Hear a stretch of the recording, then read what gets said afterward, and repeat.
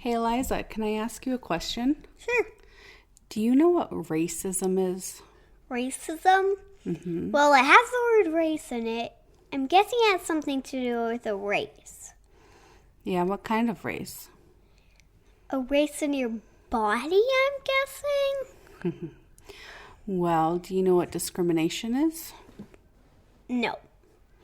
Discrimination is when you're mean to somebody because they look different than you, or they act different than you, or they have different skin color than you, or a different religion than you. Do you know that there's people out there that will discriminate against somebody because they're a different skin color? No. How does that make you feel? Well, left out in me. And, yeah. Yeah. Do you know that there are people who will discriminate and be mean to your brown friends because they're brown? No way. If you ever see that happening, what do you think you should do? Stop them? Yeah, that's very important. If you see something that's not right, if you see someone that's being discriminated against because they look different, they're a different race, or they're a different religion, you really need to stand up for them. Okay. Because do you know what's worse than not standing up for them? What? Just being quiet and pretending it's not there. What? Some people do that. Some people do that? Yeah, that's really sad. Man, huh? we gotta stop this. We definitely got to stop this. Definitely. Yeah. So if you see something, you need to say something, right? Right. Right. Right. You know something, Eliza? Yes, you love me, and I love you too.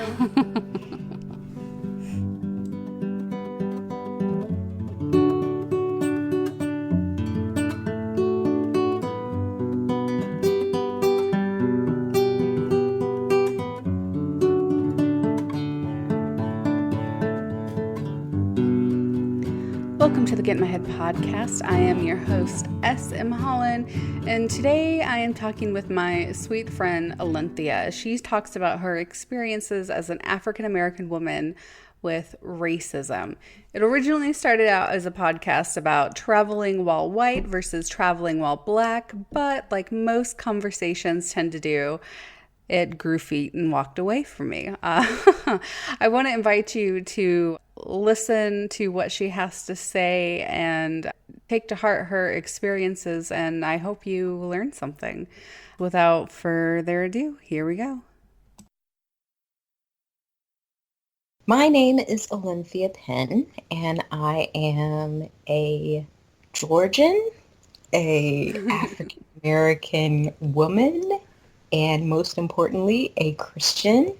I teach as a career, and I travel as a hobby. Good job. That's where I'll start. I love teaching. I love learning. So the topic of this conversation is traveling while black versus traveling while white.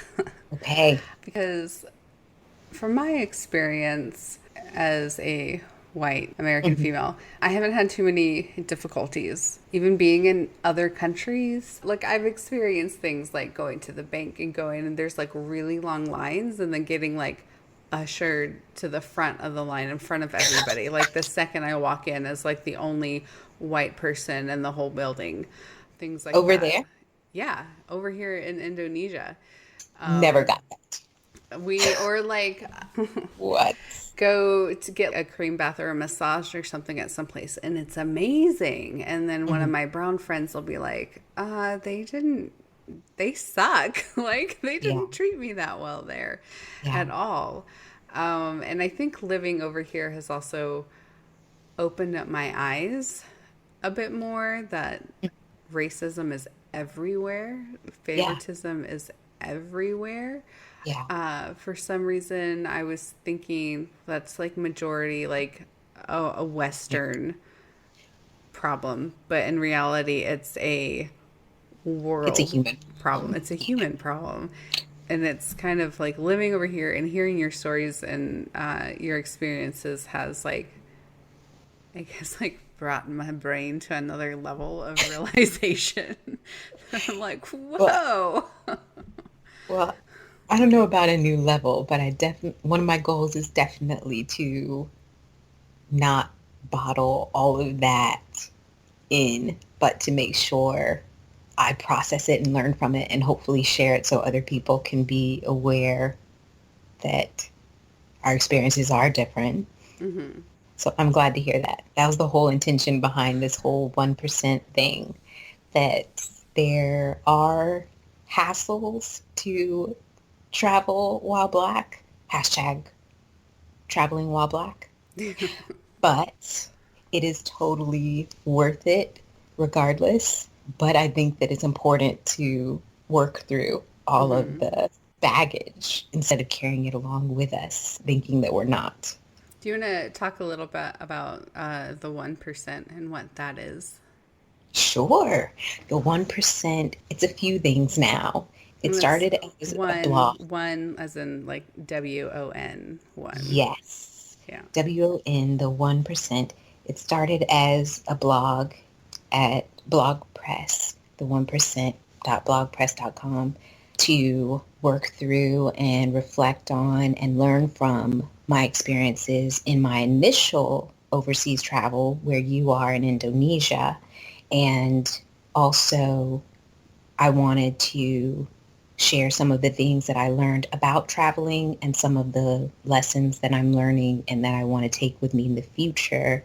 So I also started a Facebook group and a page to help to network people so that if they are interested in getting involved in missions, but they're a person of color who does not have all of the support system presented that you might find in white networks, then I want to encourage people to go after it still and not let, oh, I don't have enough people who will financially support me, or I don't have anybody to go to who's done this before that I can learn from. Mm-hmm. I'm doing it now. You can do it too. You don't have to have all of that stuff to follow, to go after what you believe God has got for you to do, what his intentions are for you to do with your time. So, and Black travel is huge. It is growing ridiculously every year. I think I looked up some stats and it said that Black travelers spend $48 billion in the US alone. So there are plenty of people who are traveling, even if they're not doing it for missions. But if you want to do it for missions, you can. So yes, the 1% is there to help. Yeah. So check that out. What is like your normal traveling experience? Like when you have to get ready, like how do you have to prepare yourself? Well, are we talking like when I was living there as far as like leaving the house traveling and going around town, or are we Let's talking start me leaving there. my home here? Let's start. So Yeah. while living there, Yeah. okay, while living abroad or traveling abroad, I want to be as comfortable as possible. I'm also concerned about safety, so I'll try to make sure I don't do dumb things like pack my wallet, all my money, and my passport in the same container. I've learned that lesson. But as a person of color, I also need to think about like how much time it might take, because if I try to order a driving service, there's a chance that I'll have to rebook several times because they'll cancel on me, or there's a chance that they'll be late and postpone picking me up several times. That happens here in the States, let alone overseas. I need to be prepared. While I was in Indonesia, I needed to prepare myself for lots and lots of images of Anglo-Saxon faces on all of the advertisements and Whitening creams, that's like the super popular here. yeah, yeah, lots and lots of rows of bleaches and brighteners and all of that. and like images, Marilyn Monroe-esque images, and some images that show Asian models and things, but very, very few models of African descent, which makes sense. We're not in a country that would need to cater to that audience. But then I think it was last year that I shared on Facebook with you guys, like the cooking oil cans that have the Oh, blackface yeah. image. You know, that's a Tia Booty. And it's like, this is one of the few examples of Black culture that I see in my Indonesian town. This is one of the few images Yeah, I of was Black so, faces, and it's so literally blackface. shocked. Yeah. Black Yeah, face, black I'm beans. surprised how many people were saying that they were shocked. It's like, this is the Western grocery store that we all go to every few weeks. How is it that I'm the first one to have noticed it? But it's supposed to reflect me, or it's supposed to be an image of me. Yeah. So yeah, it's things like that that I kind of have to account for, make time for, and kind of be prepared for odd encounters. I know in the Middle East, while I was transitioning home summer 2017, I went through Qatar and Abu Dhabi, and I was walking down a market street one day, and the salesman started yelling, Obama! Michelle Obama! And I was like, no, not at all. No, no, sir. But they just That's kept better going. than us. We get in a taxi and they start yelling, Donald Trump! I I'll would take take Obama any Michelle day. Obama any day. Oh, but no, but they'll start yelling, they'll start naming any random Black people they know. It Hmm. doesn't even have to be women. Like they went on to like name President Obama and a bunch of other people, and I was just like nodding and trying to look around at their wares, and then they started grabbing me to try to like pull me toward their shop. It's like that's when you Ooh. get the mixture of misogynoir with the you're a Black person, so your body really isn't familiar. It's exotic. It's different. And also you're a woman, so your body is property and it's an object. So I can grab you and move you over here physically if I want you over here. It's kind of a combination that I have to prepare myself for Mm. people to try to take advantage of or discount discount me for either thing. It's a lot. Du Bois brought up a term for it, double consciousness, where we need to constantly think about ourselves through other people's eyes. I think as a way of kind of preparing ourselves to contradict whatever they believe about us that's wrong, and also to kind of prove people wrong and protect ourselves. Hmm. Because even in the States, leaving your house was dangerous. Even even in the States, leaving your house now can be dangerous. But I'm sure you saw the Green Book movie last year.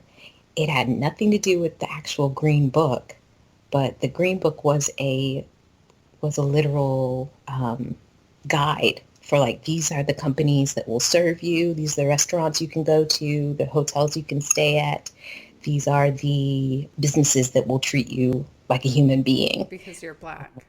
Yeah, in like the early 1900s. So it was really important to not go to certain places, or if you went, you had to be out of town before sunset, or you had to know to stay off the sidewalk. And it's a lot of different things you kind of have to have going through your mind at any given moment to stay safe and to also continue to try to enjoy life. Hmm. That's, I feel that that takes like a lot of mental and emotional and physical energy out of you. Like I just feel Yes. it just like listening. Yeah. Yeah. I was just saying, I think social media has just upped the ante of the exhaustion that Black people feel with all of the like videos of Black people being shot and of like people being manhandled and arrested really violently, and like people being kicked out of public pools or accosted and harassed for being in their own apartment complex, in their own apartment, being killed in your own apartment. So it's very overwhelming, very exhausting, unless you totally switch off, which I think that probably breaks my heart more than the exhaustion. The people that just kind of try to turn off and go about their lives as if those things still don't happen, just so that they don't have to deal with that. I totally understand it, but I think that that's probably more dangerous than being aware and tired in your awareness. I'm like glad we live in Indonesia because for me, it feels less stressful being here than it does being in the States. And that's for a number of other reasons, not just like the political climate and stuff. And part of it is just that I had crap time in Nashville and this feels like a vacation compared to... Yeah. But that is important because this isn't just about traveling while Black, because there are laws in place here in the States even now that are limiting where people can go and that are kind of mirroring or repeating the mistakes from when the Green Book was so valid. It was valid from 1936 to 64. And now there's bills like Senate Bill 43 in Missouri that is endangering travelers of color, that's causing like NAACP to say, if you go through Missouri, be very careful, be very cautious. And like ACLU is telling people to be very cautious in Arizona and Texas because the same thing is happening to Latino people there, where it's questioning their immigration status. You could be a American of Hispanic heritage and totally be caught up in the immigration nonsense and find yourself in a cell somewhere waiting to be able to tell someone or confirm with someone that you're an actual citizen because of all of this fear, basically, of other people, othering of others. Othering of others, yeah. Yeah. Yeah, I read a story the other day about a Hispanic man who served in the military. He was a Marine, and he was arrested because he was walking on like the helicopter pad in a hospital and stuff. He was suffering from PTSD, so he wasn't like all there, and he was, really needing help for that. So he was arrested for, I think, trespassing or something. But instead of them letting him go, ICE came and got him because somebody called in and said that they had an illegal immigrant and they were going to deport him. And it didn't. His word was nothing. Yeah. So, and they could have easily looked him up, because if he was in the military, he would have been documented everything in the system. But why look him up when you can just look at him? Right? Say, oh, we know who you are. You can go. Yeah. So we have a place for you.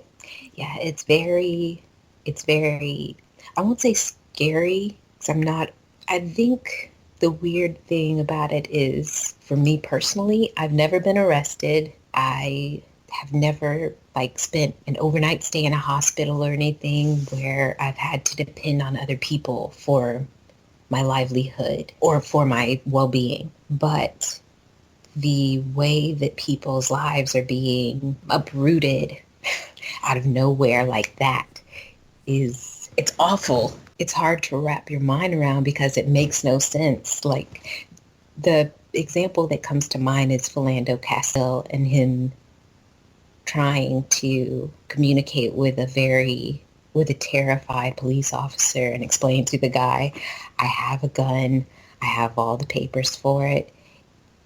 It is in my glove compartment. Everything is registered correctly, blah, blah, blah. And still being shot to death in his car, in the passenger seat. No one is trying to run away. It's really hard to wrap your mind around how that kind of stuff happens to people every single day and ends lives and totally changes lives. His little girl that was in the seat behind him, her life is totally changed. She saw him murdered in front of her by people that she's supposed to be able to trust to protect her. And she's supposed to be able to call on them when she needs help. But that's a problem with a lot of communities of color, Black people, Black women, a fear of the police because of seeing so much fear in them and the way that they respond to people of color with their own fear, that it's making it really clear that something needs to change or everything is going to implode. So I'm just praying. How do you handle that? Like, because that's obviously stressful Yeah. and worrisome, and it takes a toll on your mental health. I mean, it has to. Yeah. Yeah, your hubby can tell you about how it came out in me while I was there last year, all the way over there. I couldn't separate myself from what was going on over here because the things I was afraid of had to do with my family here and worrying about their safety, their well-being in this really toxic environment. So I had a lot of low moments of, I don't think that I could call it depression, but I didn't realize I was grieving, like a loss of where I thought our nation was, a loss of where I thought the world was, a loss of where I thought the church was. And I've been learning, I was learning while I was there how to take care of myself in all of that. There's a really good handbook by a Dr. Adams and Dr. Chavez. I hope I pronounced this right. Dueñas, I think, called Surviving and Resisting Hate. It's this toolkit that is filled with suggestions for how to take good care of yourself and how to stay active and engaged, but also rest. And I had to learn how to do that. I had to learn how to lament, which is not normal for us to do today. We are programmed and trained to always seek to celebrate and always seek what's going to make us happy and focus on joy and focus on shouting Hosanna and focus on celebrations and go have a good time. But there needs to be a balance of when something bad happens, we need to take a moment and mourn. We need to take a moment and reflect on maybe trying to figure out why it's happening, believing that there is still reason to have hope.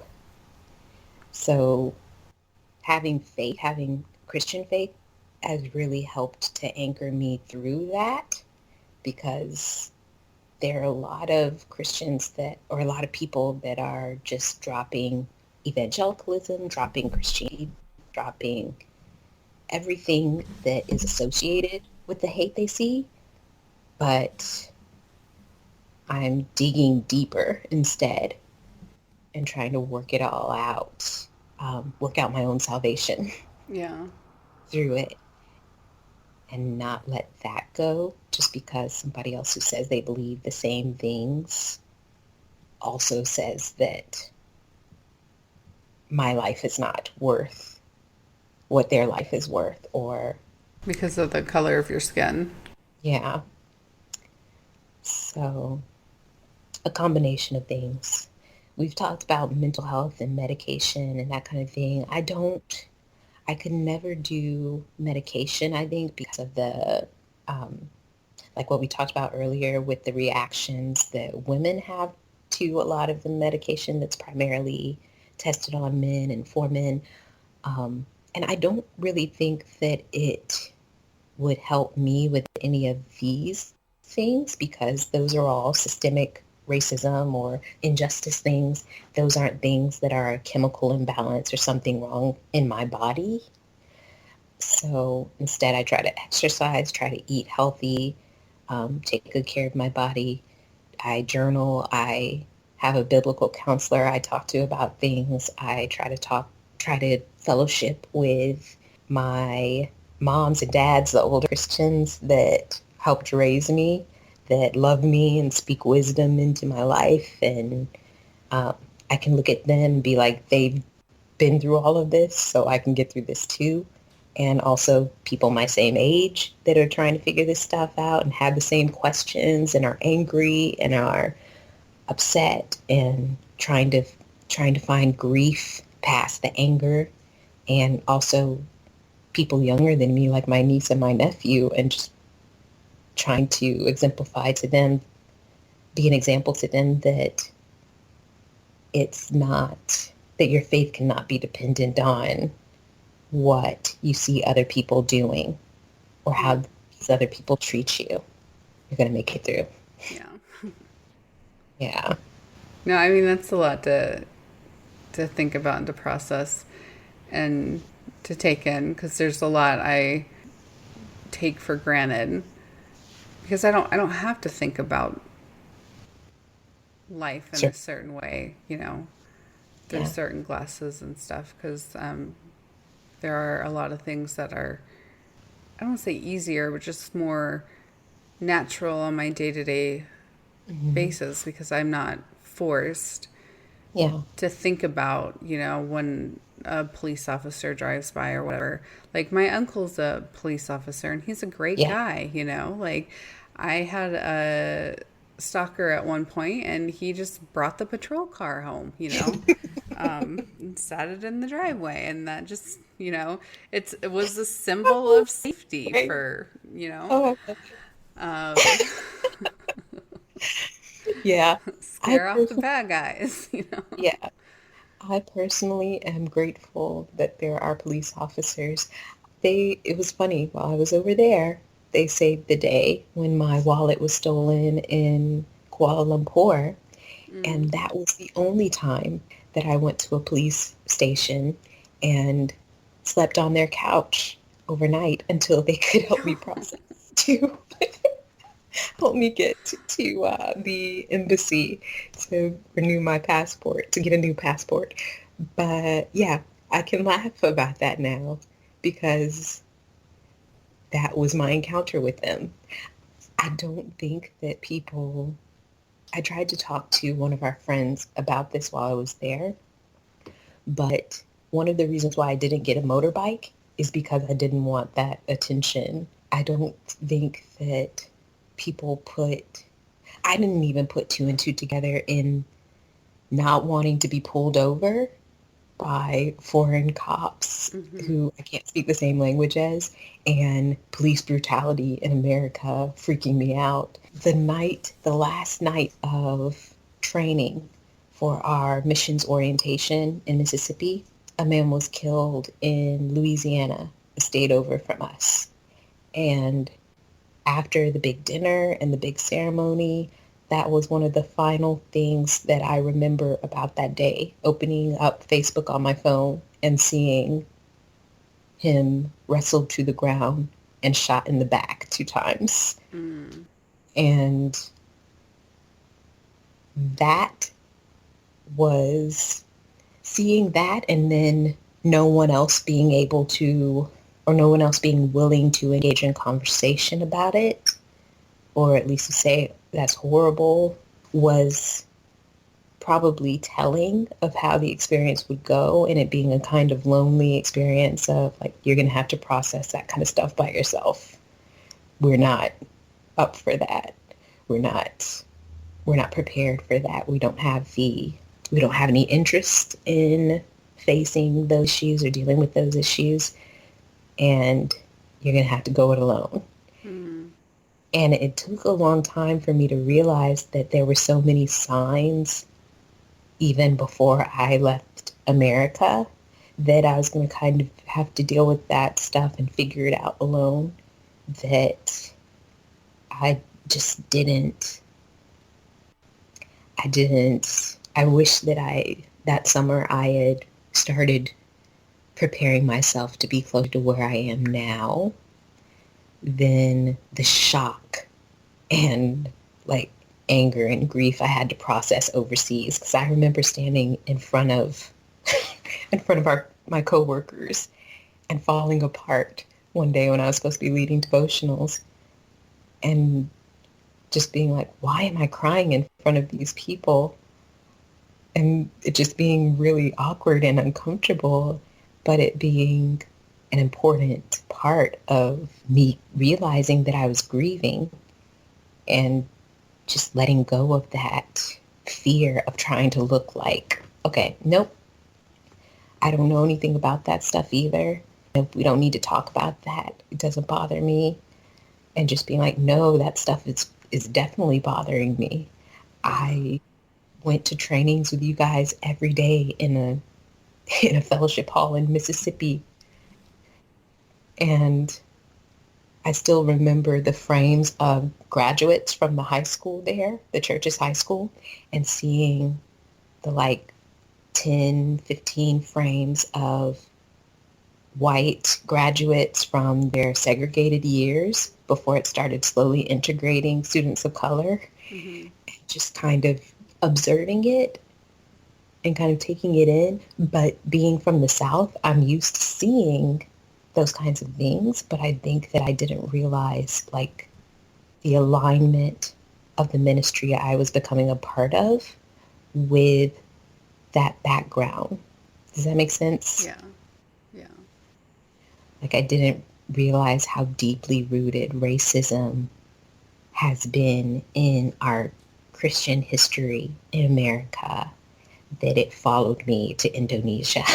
I had to figure out how to deal with the apathetic response to it, as well as the like outright signs of it and expressions of it in microaggressions and things, and kind of having to deal with both and figure out how to personally deal with those things and also pray for the soul of our church, because we're dropping the next generation. We should be nurturing them, but people are not putting up with that nonsense. Yeah. So we got to figure something out.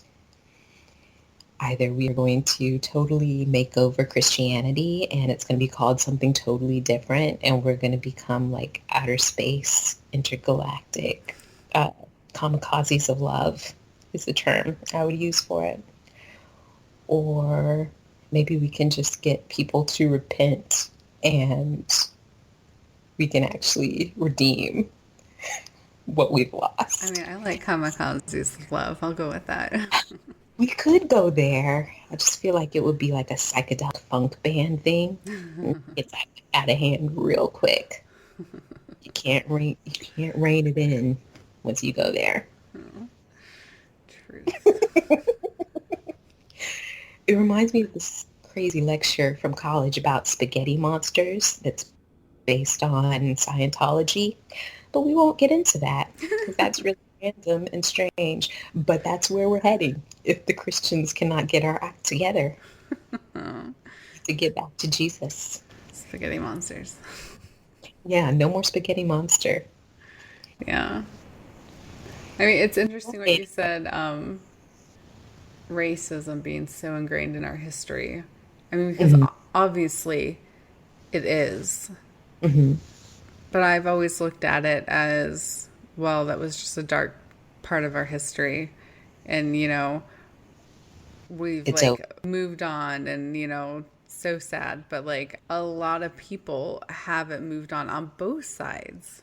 Mm-hmm. And I've recently realized over the last couple of years of how sheltered, you know, I was brought up and stuff, and not necessarily like, you know, in a bad way and stuff. Like, you know, our parents did shelter us from a lot of like negativity and stuff like that. But at the same time, I didn't know, you know, and that's the problem with a lot of people right now. in general all over the world. It's just that Yeah. the Ignorance. education, is not there. Yeah. People are afraid of or offended by that word ignorance, but it really just means not knowing. It's not about being stupid or being hateful. It's just not knowing. And I think finding a common memory of what truly happened and the foundation we were truly built on is going to help us a lot moving forward, because it's not even something we can fix individually. Yeah. The individuals that have problems with hate and with racism or prejudice, they do need to work that out and they do need to grow. But this is systemic. There are inner city schools that I needed to realize wouldn't be fixed just by me being the best math teacher I could be, or the best social studies teacher I could be, or making sure my student finally ate breakfast every morning because they didn't have it at home. Those things are important, but they're just parts of a bigger systemic problem that we have to take part in fixing. So if you had a live broadcast right now on national television, Dangerous. very dangerous. Mm-hmm. Mm-hmm. But if you had the opportunity to talk to a mass group of people about this, about racism in your day-to-day life, racism in America, racism while traveling, like what would you say if you could say whatever you could? That's an interesting question, because I feel like the talking is not fixing things, but at the same time I'm blogging about it, so that's kind of counterproductive to say it doesn't fix things. I'm still trying to do it. I think that I would probably go to that. What I'm trying to do with my blog is really to help educate people about the things that are contributing to the ongoing systemic problems, so that we can be more aware to deconstruct what we think our faith is, deconstruct things politically, wherever we see injustice and we see inequality and we see ignorance, to bring education, awareness, and then try to work toward not even just fairness, but try to work toward loving each other and loving each other well.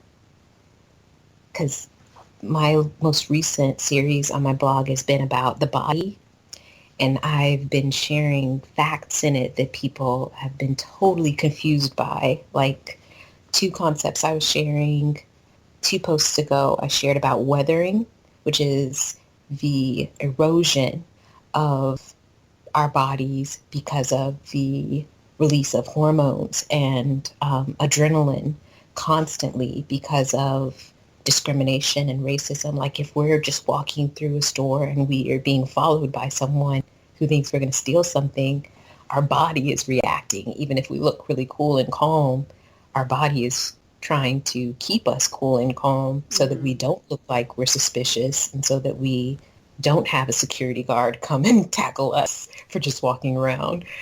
But the cortisol and the hormones that are being released, the adrenaline being released constantly, is wearing our bodies down. So this scientist calls it weathering, and she found that it like ages Black women 7 years ahead of white women. So I'm 39 at this time internally.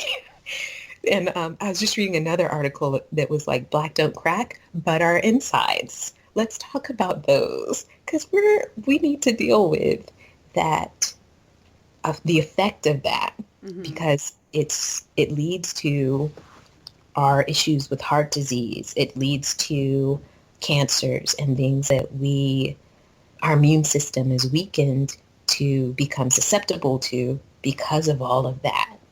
And then my most recent post, within that, I was talking about just reclaiming the female form and the Black female form, and talking about issues that we're discussing right now with sexual abuse of girls, and how adultification is a issue for Black girls who are seen as over-sexualized and adult and more mature and more responsible as early as 5 years old.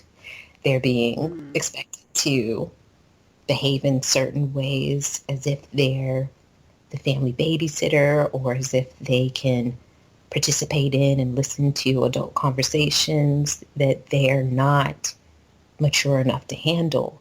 And they're seen as they're objectified earlier than other girls because of a lot of different things. But the media has a lot to do with it. The way that they see the world respond to Black women and Black teenagers and older women, and how they're taught to carry themselves, or how they learn to carry themselves from the way that they see the world react to them. So it's real. I think that if I had a platform, my thing would still be teaching. It would still be education. Like, these are some of the things that are causing these problems. Mm-hmm. So let's talk about them, and these are the ways that we can start dismantling them. So I'd still be yakking away like a teacher. It's okay. You're allowed. Can't help it. Can't help it. Yeah, my brain is like reeling. I'm sorry? No, I mean, that's a good thing. No, you've broken things down that I've never thought about because I haven't had to. So now I'm just thinking about it. Weird thing is, I felt like I didn't have to either until 2 or 3 years ago, with all of this, with Black Lives Matter having to say that it shouldn't be okay to shoot a 12-year-old boy 2 seconds after you jump out of your police car, or it shouldn't be okay for the neighborhood watch to kill a kid and to neighborhood watchmen to kill a kid and not go to jail. So, yeah, those things, as well as white supremacists marching through towns to make sure we know that they will not be being ignorant. replaced. I had like as I wave my ignorance flag, I had no idea that was still a thing, because you're taught in school, to believe that all died down back when, and just has new names. it's so surprising. And it shouldn't be surprising. I'm grown up enough. I should be more aware of things like this happening. But like any other selfish human being on the planet, because it doesn't necessarily pertain to me, I have the option to ignore it. Yeah. Yeah, I know.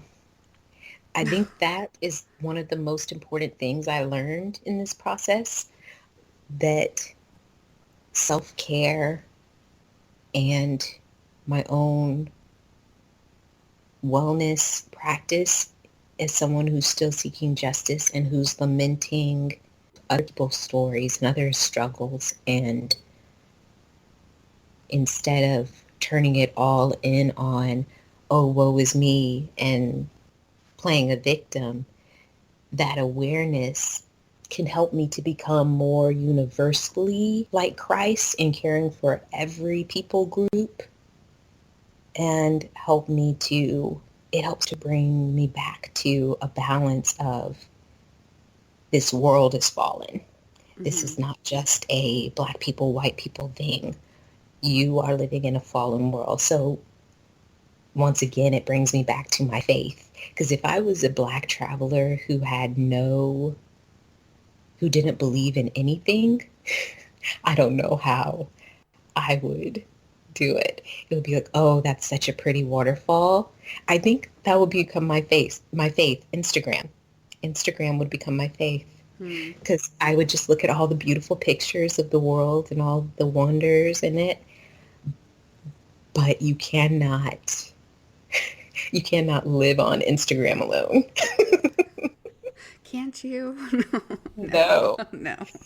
Oh, it will not sustain you. You need something substantial. So God anchors me in the hope that my existence can actually be meaningful in bringing active love to others by saying, hey, this person needs such and such, or hey, I think we're not listening to these voices, or maybe we should do something about this issue and see if we can not continue to harm these people through what we think is good for us. Yeah. So, yeah, an ongoing process of trying to consider other people before ourselves. Which is hard for a lot of people to do, Yeah. including myself sometimes. Oh, yes. But that is the human condition. Yeah, I think if we look at it as not just, a black problem or a white problem or an Asian problem, but like altogether a human race problem. And I think that in itself is what's helped open up my eyes more, help me understand and realize more my role in helping break down the walls with my black friends, and not being a bystander. I think in in past years I wasn't intentionally a bystander, but I think ignorance is a perfect Ignorance is word. bliss. Yeah, ignorance is bliss. I was an ignorant bystander. Yeah. There's all this stuff going on around me, and I wasn't aware because people weren't coming straight to me and talking about it. You Yeah. know, Yep. so I agree. There is a fantastic quote from Dr. King about that. He said, in the end, we will remember not the words of our enemies, but the silence of our friends. yes, And I think that's a really important thing for all of us to keep in mind, because we can see that all throughout history. I still remember a speech that one of our leaders there gave about Billy Graham when he passed away last year. And I came up loving Billy Graham. I came up listening to him and like watching his specials and stuff. But we never discussed the legacy of Dr. King. And this was like the 50th anniversary of his passing, his assassination. And we never discussed him on his birthday, nothing. We didn't discuss him in February. There were no Black History Month events or anything like that. And I understand we don't have a huge African American student population or teacher population or population period. So I get why that was not huge.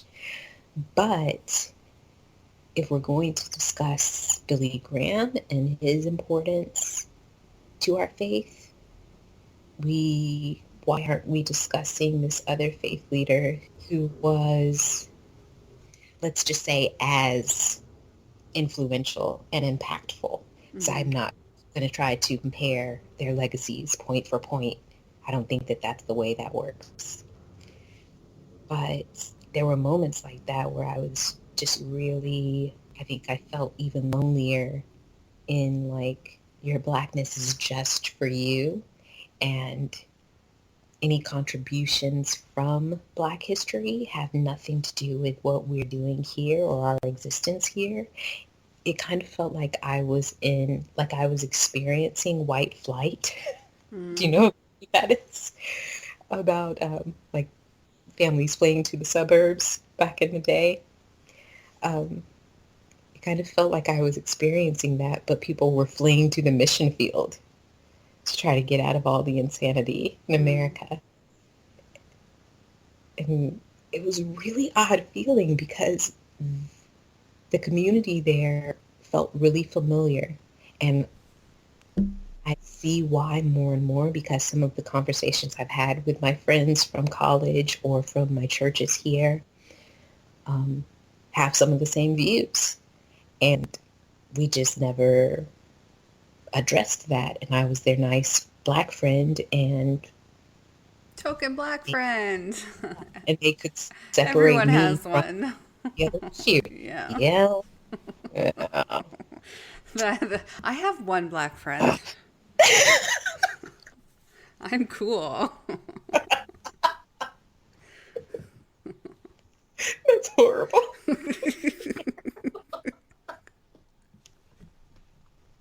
If you say you're cool, you are not cool. Don't And take if that you away say you from have a me. black friend, and if you say you have a black friend, that person is probably not your friend. So never say that.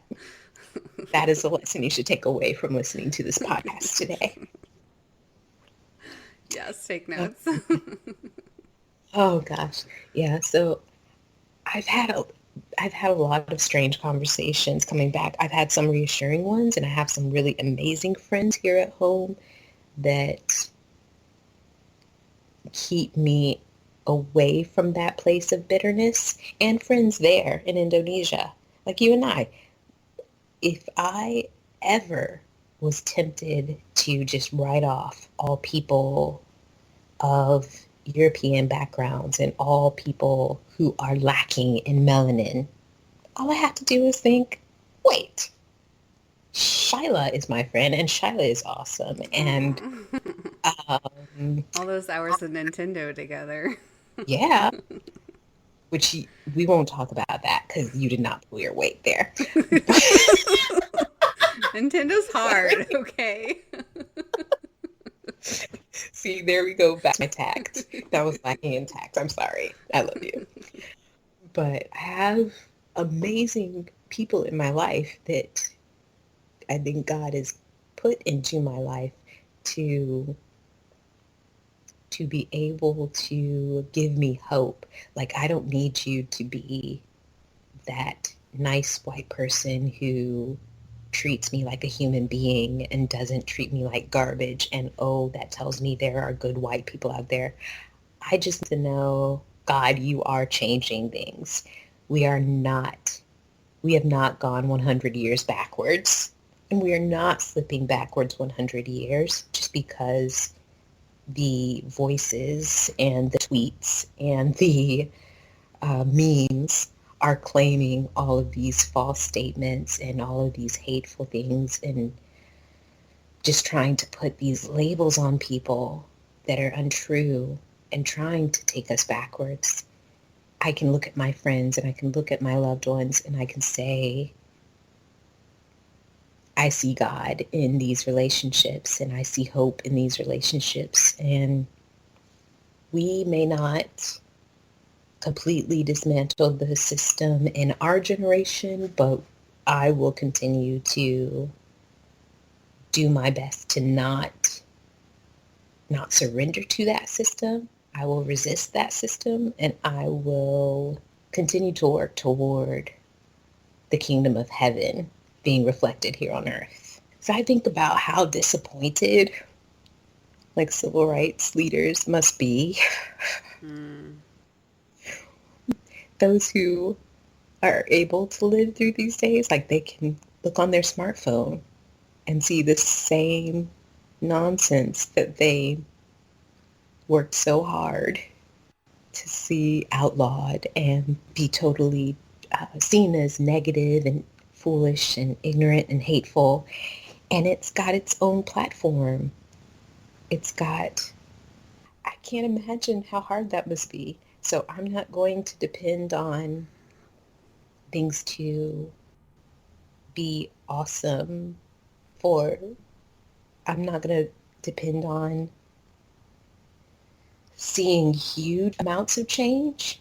Right now, my focus is just on, I think, reclaiming what Christianity is and representing that within my Black womanhood. Like, I don't need to have to disown parts of who I am to be a Christian or downplay them. and I don't need to downplay them to be an American, and I don't need to downplay them to be worthy. So kind of just balancing out those things and letting other people know you don't need to run away. It's okay. Come back. Like, yes, run away from them, run away from that, but God still loves you. I still love you. It's going to be okay. Yeah. So kind of just revamping. I think we need a reset button. Yeah. That would be nice. Yeah. Yeah. What was that company that had the red button you could push and it would fix The everything? easy button. Yeah. Yeah. Oh, man. We need one of those so much right now. I need like 10 of those. Mostly because Don't I'm get like, greedy. I'm Don't lazy. get I'm lazy AF, and I could use like a couple more easy buttons. Don't get greedy. That is always where it goes wrong in the story. Like Yeah. Midas. Midas. Okay, I just realized that was like a Beatles poster behind you. Yes. Because I was only seeing what's his name, and I was like, why does she got a picture of white Jesus behind her?